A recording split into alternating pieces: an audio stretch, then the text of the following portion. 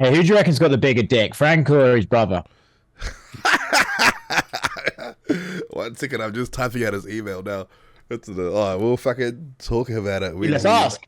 How are you? How's Abu Dhabi? How's your hotel? It's all right. Yeah, just like last night was the first night I actually slept.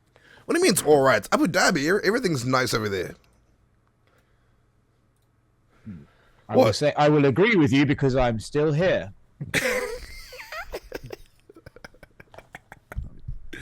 Why? What's been going on? What's the fucking... Nothing much really. Just like it's just working. Charles has brought like 100 people with him. Islam's got 100 people with him. It's all right so far. Is it 100? Just the weather. I heard Charles had 15 people. Well, I was dealing with some poetic license there, but if you really want to get down to it, I think it's about 15. You're probably right. You saw right through it. They literally said on his coach literally said on the fucking embedded that they had 15 people. So I don't know where this fucking Mac Life let me spice up the headline, make it a fucking he's about 100 niggas. Well, I've slept with 3,000 women, so it's the same sort of principle. Oh, this should be good. Oh, there he is. Oh. There he is. There he is. How are we? There he is. Look at these two. What are we going, boys? Hey. All right. How's Abu Dhabi, Oscar? It's not too bad, actually. I was just telling David how much I love it here. I invited Oscar into the Zoom call, and the first or second thing he said was, who has the bigger dick, Frank or his brother George? Hey, I defended you. I said Frankie's like this.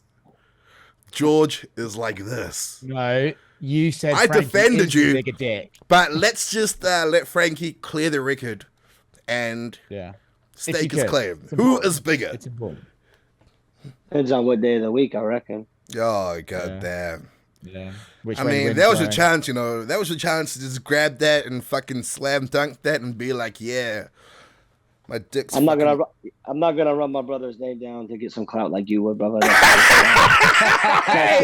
something I'm gonna do.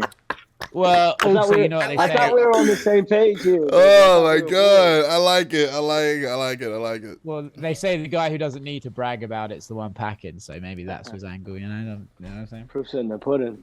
Welcome back to episode 8 of the Blakamoto and Oscar Show. I am Dave Blakamoto, your uncrowned 145-pound champion. And we have... Oscar. Put your fucking hand down, Oscar. And joining us today is one of the most decorated wrestlers coming out... No, guys, okay. All right. Jesus. All right, and we have today Frankie. Please introduce yourself. Thanks for the introduction, boys. Frank Hickman, wrestling coach at Bangtao Muay Thai MMA, assistant wrestling coach at CKB, bit of freestyle in the mix.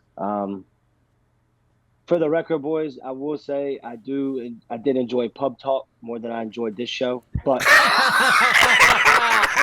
oh my god! Hey, what do you mean? Why? I know you. Because I'm black. Because the co-host is the same, but the other host is a different color. Since the other host is a different color, you went straight. I mean, what? I mean, it's the same host. It's the same co-host. Same co-host.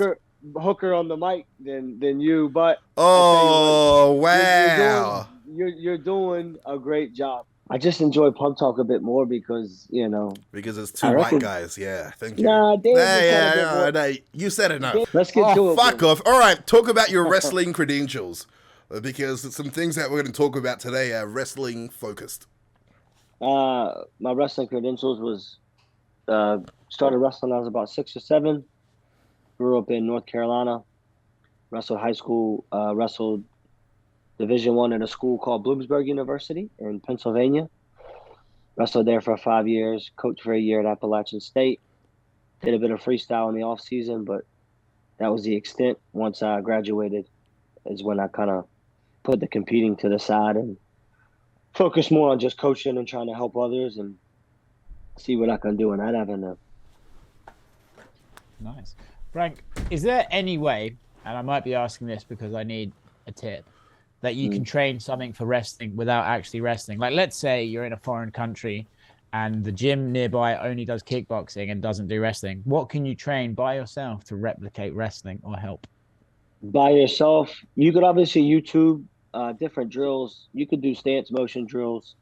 You can do drills of getting off bottom by yourself. Um, some of the gyms have like the dummies that kind of mimic, a person. Obviously, they're not the same weight. You can do different drills off of that. Or if you can find somebody who will be willing to just kind of move around with you a bit, that would help. But to do drills when it's just yourself, learning wrestling can be extremely difficult, I would say. It's not And ideal. boring. Very boring, Yeah. When it comes to wrestling, you have to be able to feel somebody else pushing and pulling and, body position and weight distribution and all that stuff. So doing So it what on you're your saying, own. what you're saying is it's more fun to do it with a partner than by yourself. Yeah, of course. And Always you is. have to be gay.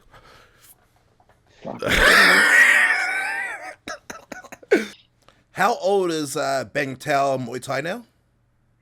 We've been open since April. And which active fighters do you have coming through? We've had several. We've had Jiyoung Kim, Loma. We've had Ty come through for a bit. We've had Yuri. We've had Wei Lee recently. You got Darren out there at the moment. Is Darren popping in? I Till. believe Till is out there floating about a bit as well. Yeah.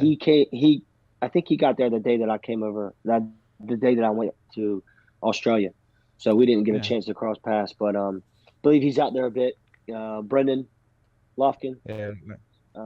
for PFL. So And Bangtao is already becoming like a high-profile place to go in Thailand.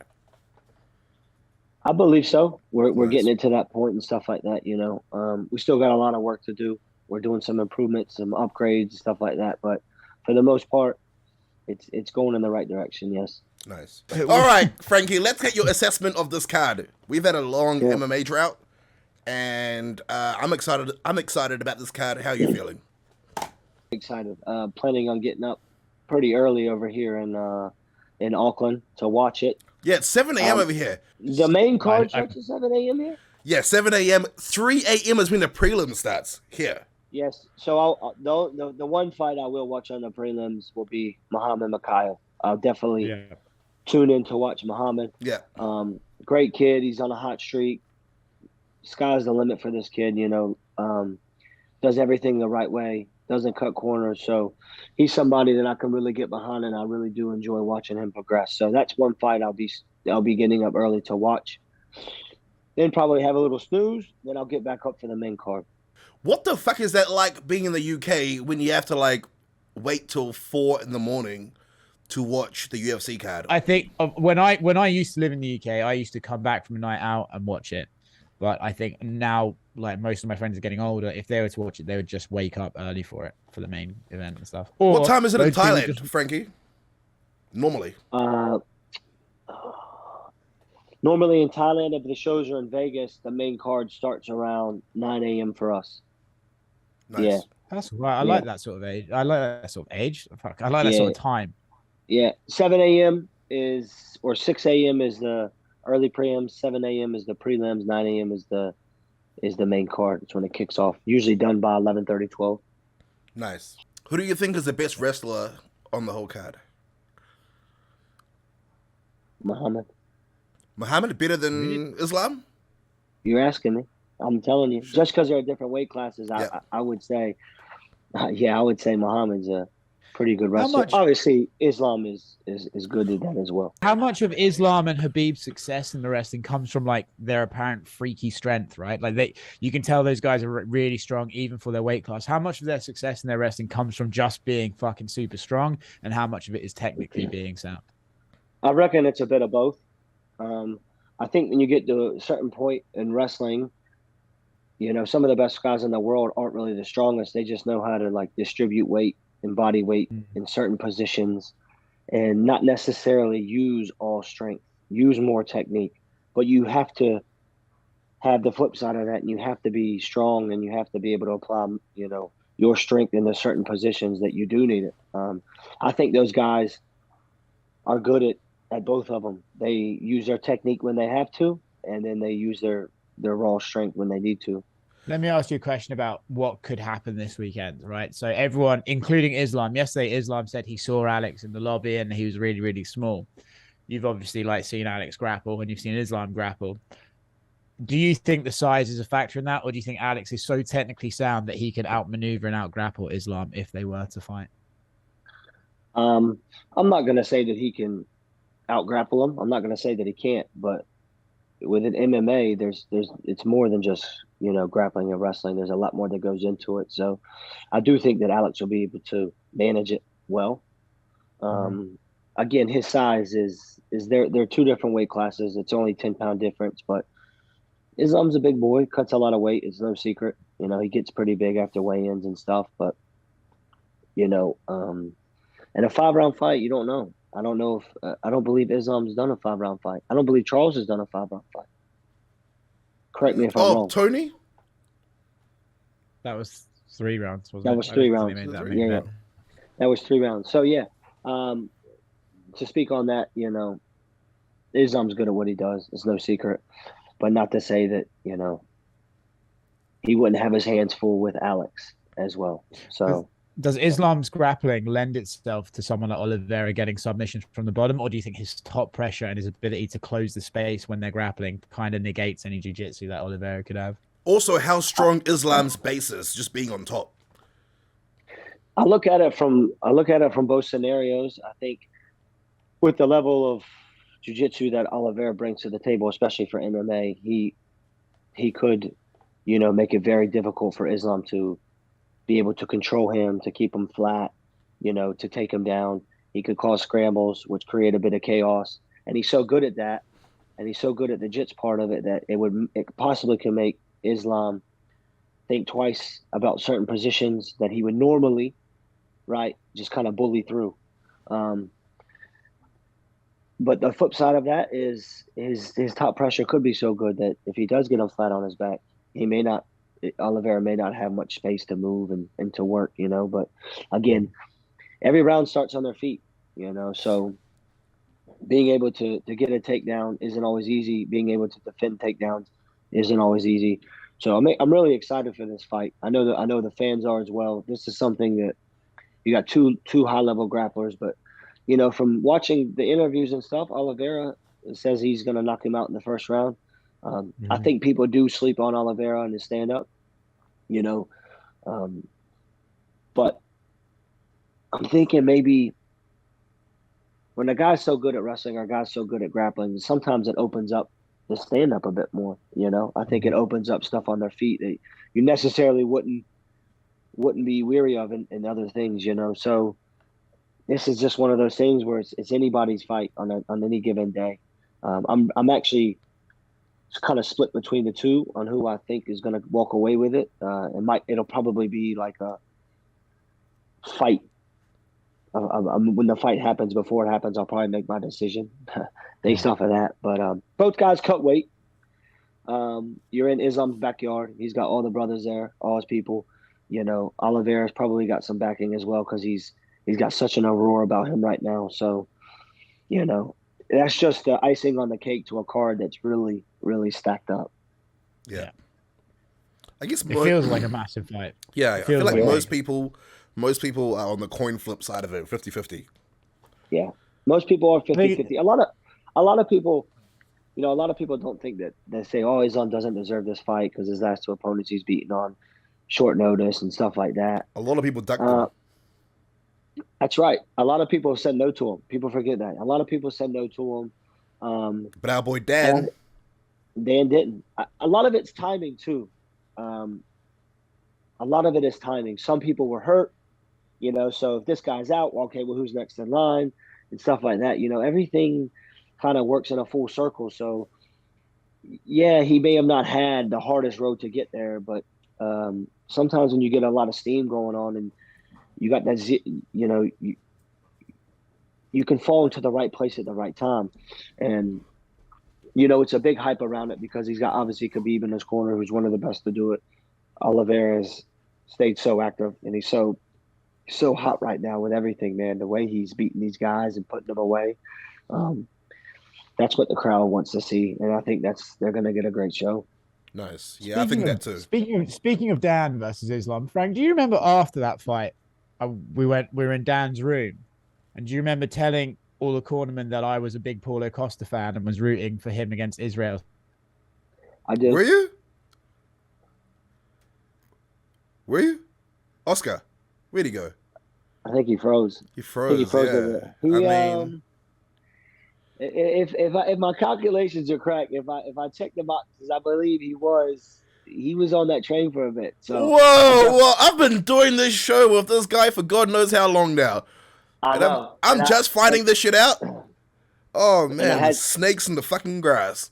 And I had to bring it up in front of him because Dan was there, Dougie was there, and Himmy was there. So what the fuck? God. Wait, so you're a Costa fan? No. He was lying. He just said that you were. No, I wasn't. I've been doing this show with you for what, 2 months now? You're a Costa fan. You told me you like Costa. Not when they were about to fight. I fucking wasn't. No, but I wasn't either. He just said that you fucking were. He's lying to you. He's not Frankie never lies. He's not fucking lying. We're supposed to be fucking friends. 2 fucking months I've been doing this shit. This is two people that he's done this to. And then him and Dan started playing like smash the bottle against the wall and pretending to stab each other with it and who would come closer. And then I left because that was when I was like, okay, well, this is insane. You left because they realized you were a Costa fan. You panicked. You left because Himmy was getting ready to hit you with the left hand. Wow. No, because then I managed to convince the truth comes out, him that you were talking The truth comes out. God forbid. Now I've got to find a new co-host. I have to find a new co-host. I fucking got to figure my whole life out. Get this treatment on there. Fuck Pub Talk. Pub Talk 2.0. 2.0. I got a question for you, Frankie. Sure. Because TJ Dillashaw has been saying this a lot. He is going to show Division 3 Aljo what Division 1 is all about. Tell me, for someone that's not from America, what the lay of the land is when it comes to wrestling and collegiate wrestling and the divisions. Well, I think not just wrestling, but college athletics in general, like kind of the pinnacle is Division 1. And then it goes, you have Division 2, Division 3, you have JUCO, and you have like an NAIA. So like Division 1's at the top, whether it's wrestling, football, basketball, baseball, women's softball, women's soccer, etc. That generates obviously the most money. That generates the biggest fan base, stuff like that. Like these Big Ten schools in wrestling, football, SEC, ACC for basketball. Like if you're in a big institution over a certain amount of kids, you're going to have most of your sports are going to be like Division 1. So Division 1 is like they have the most scholarships. They usually have the biggest budget, so they can go out and try to get the best. What's the difference in talent level between the average Division 1 guy and the average Division 3 guy? What's the chasm between those two, or is it just like an opportunity that the guy at the bottom didn't get, or how different is the talent level? Man, it could be a number of things. A lot of it could be your grades. Grades. Your GPA coming out of high school. Like maybe you don't pass the clearinghouse to qualify for. Maybe you have to go to a junior college right away, or maybe you're very extremely smart, so you're going to go to, another school like a Division 3 school that'll give you grants, etc., stuff like that. Division 1, obviously, a fully funded program is 9.9, which means they can give 9.9 scholarships. But when you start talking and discussing like women's athletics and stuff, a lot of it is if you're on a scholarship, it's a full ride. Same thing with like some of these big schools with football and basketball. They have a lot of people on these full ride scholarships. Wrestling's a sport that you can get a full ride at some institutions, but for the most part, it's not always the case. A lot of the really good schools, like I would say Penn State has some guys on a full ride, but they also have some guys who aren't, but they understand that they have to spread the money out to get these guys, so they're all kind of in agreement, if that makes sense. Like, hey, listen, maybe I can't give you a full ride. I can do this for you. Maybe I'll give you a 50% in your books and stuff. But I'm going to take the rest of that money and give it to this kid, but he's going to help us win a national title as a team, So So you can't guarantee that someone in Division 1 is always better than someone in Division 3, or can no, you? no, no. You Okay. can't always guarantee that. However, there's 10 weight classes. I would say for the most part, if you're going to stack up the champ of Division 2 or Division 3 versus the champion of a Division 1 after the national tournament, more than likely the Division 1 guy is going to come out on top. Right. Because of his talent level, his caliber, coaches get paid bigger salaries, Right. At this stage, some of those coaches make for wrestling, some of the coaches make $400,000 or $500,000. In football, Nick Saban makes probably 10, 11 million a year, like when it's all said and done. Like And you're that's over there thing. opening a gym in Thailand when you could be raking in that money. No way, brother. But does that even matter at this stage in their career? TJ saying, I'm going to show him what Division 1's all about. Because surely Aljo's been training wrestling post-college and is a whole lot better than where he was during college. Or is it like one of those things where it's about the finer details of wrestling and knowing how to do certain techniques and... Yeah. Nah. Is this still relevant is what I'm trying to say. Yeah. I think wrestling in college is different than wrestling in MMA. Yeah. You've seen it like in sparring and stuff.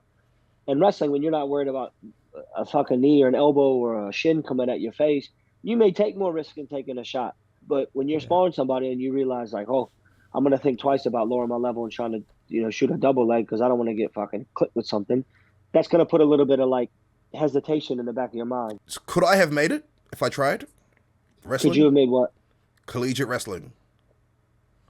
Yeah, you'd have definitely been a workout partner. Division 1? You'd have had to put some serious time in, Dave. I mean, yeah, like if I was dedicated and I was like, yeah, I want to wrestle. If you'd have emailed the coach and said you're Izzy's brother, they might have let you on the team, yes. Oh, I got that. Yes. Nah, I mean... Hey, if you'd have tossed that name around like we've done a time or two, hey, we might have been all right. But I think with those two, they both know how to wrestle. They both know how to grapple. They can scramble really well. I'm excited to see. It could possibly be like a high cardio paced fight with some scrambles. Obviously, we know that Sterling's very good when he gets to a certain position on the back. He's damn good there, so he can control guys. But I've seen the videos of Dillashaw. I've seen videos of him even before he got popped. He knows what he's doing when it comes to the wrestling department. So don't be surprised if you see better wrestling in that fight than you do in the main event as well. Yeah. Because that's you got grappling versus like a different style of wrestling where Islam comes from versus true NCAA folk style wrestling. So that could definitely be kind of a more scrambly match or fight than the main event. Yeah. Now you are very familiar with all the high level athletes that come through Thailand and you being a Tiger Muay Thai prior and so on. Petr Yan versus Sean O'Malley. I bet you've been thinking about that a lot. Yeah. I was fortunate to train with Petr a lot over the last few years. Great person. Works his ass off, man. Does everything right. Petr Yan, all the way in my book. He's not by any means taking this fight lightly. He knows what's at stake. He's facing somebody who has an extreme amount of hype behind him, who has the persona, as you would say, not obviously like the Conor because they're a bit different. He's got the hair, the colored hair, the flashy stuff as well. But he's definitely got some momentum, some steam coming into this. This is going to be his biggest test for sure. This will be his biggest fight, but this will be a difficult fight, I think, for Petr too. I mean, I don't think, and I think Petr knows that. Petr knows he's lost his last two. We all know how the first one went. Still leaves a bad taste. The second one, but this one, it's going to be a good fight. But I do think Petr Yan walks away with his hand raised. And I wouldn't be surprised if Petr does put it on him a bit. Wait, has Petr been training in Thailand for this camp? Yeah, he did, but he's at Tiger. He did everything at Tiger. Yeah, chatted to him a bit, but yeah, man, he's with them. No hard feelings there. Yeah. I wish him the best. Definitely, in this fight, I know he's got a lot of backing out there. It doesn't matter where Peter Yan does his camp. This dude's a workhorse. You sometimes got to pull the reins back off of him because he puts that much time in. But that's it. That's the fight that I'm most excited and I'm most looking forward to. Obviously, the main event, but how key is Peter Yan's urgency in this fight? Oh, I think Peter Yan's always urgent. He's but I mean, he's known to be he's a championship fighter. 5 rounds. Likes to download. I know what you're gonna say. He's known to take the first round off a bit, kind of. I wouldn't say that. I think his urgency. It's different now. It's a 3-round fight. It's not a 5-round fight, right? So, usually his pressure forward is always something. So, his pressure forward will probably still be there. I know O'Malley's good off his back foot, but maybe I feel like he might be a bit overwhelmed with Peter Yan's pressure. Who do you think's faster out of the two? Like faster striker? Peter. Yeah, I think so. I'm a bit biased, but again, I've seen what Peter has done to high-level guys. You know what I'm saying? And it is impressive, man. His pressure is melted. Not only like in fights, I've seen it in practice. His pace can melt many men. So how he's got John Boy between him. How good is John Boy in his corner and Alex? They were good to watch, but yeah, they're both guys that are at the top of their weight classes right now. So it was always fun to watch. You mix Brad up in the mix a bit, but yeah, both guys who have a good gas tank, good cardio, high IQ, can mix it up well. Yeah, they fought on several cards together. A lot of people probably don't know that, but man, they fought on about 3 or 4 cards together. Well, talking about wrestling, Belal Muhammed is a Dagestani now, so. Well, he is. He's one of the brothers. Brother, wrestle me. When he says "pass the bread, brother," then I'll believe him. But I think that'll be a good fight as well. I'm gonna root for the Philly boy on this one. No disrespect. I know Bilal's tough, well-rounded.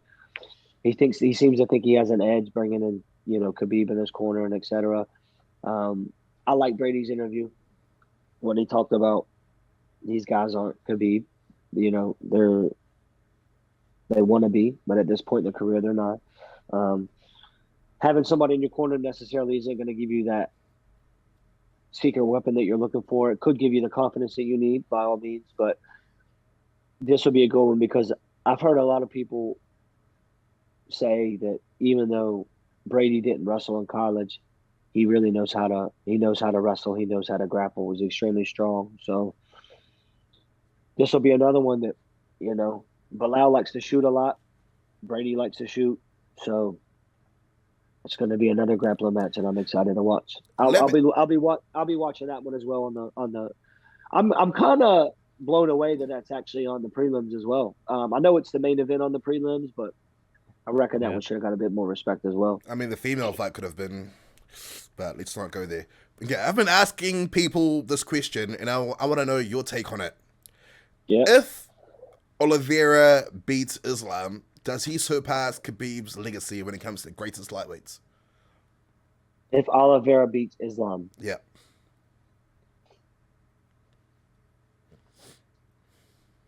If you look at it right now, and who he's beat and how he's beat them, I could say it's a very, very damn good possibility. But people were always going to backtrack and go back to he's lost X amount of fights in the UFC and stuff like that. Khabib went out on top. He went out undefeated. He has the 0 beside his record, which is extremely hard and difficult. But Khabib took his ball home, though. He did not give other people the chance to, Yes, again, that was something that was another thing where time was an issue, when he got in that McGregor thing. He was out for about a year or so, he had to sit out. He was sidelined from all that. So that took at least 1 to 2 fights out of the equation. They talk about the Tony Ferguson falling through, right, which I still think he would have gotten that done. But, I think the streak that Oliveira's on right now, maybe not now, but Possibly, eventually, yes. Follow-up question. If Sure. Oliveira beats Islam, does Khabib come back? To put No. the... You don't No. think so? No. Mate, I saw Khabib yesterday. That guy will never be 155 pounds again in his life. Really? Yeah. You're closer to 45 than he is to 55 right now. If he does come back, that's one hell of a It's fight. it's a huge fight.